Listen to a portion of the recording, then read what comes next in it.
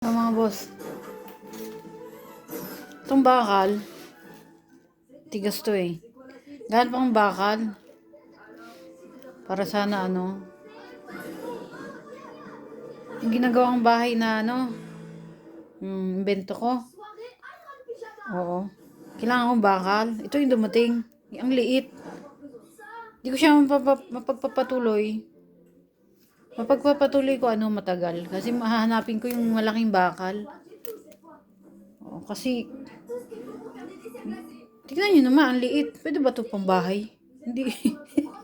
Ginawa ko na lang siyang ganito. Tapos ito yung trabaho ko, pagsusulat. Yan. Kalat, no? May mga tao hindi makalat. Pinalaki sila ng magulang nila na maayos. Ako kasi napabayaan ng magulang.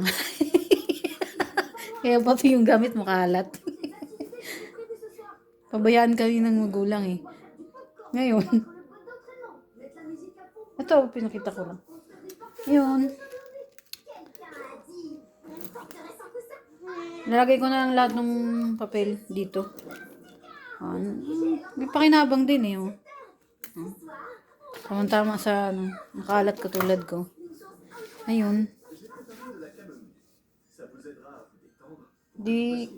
yung bahay-bahay na ginagawa ko, matagal siya kasi hahanapan pa ng bakal, mahaba eh. Kasi hindi to pwede eh.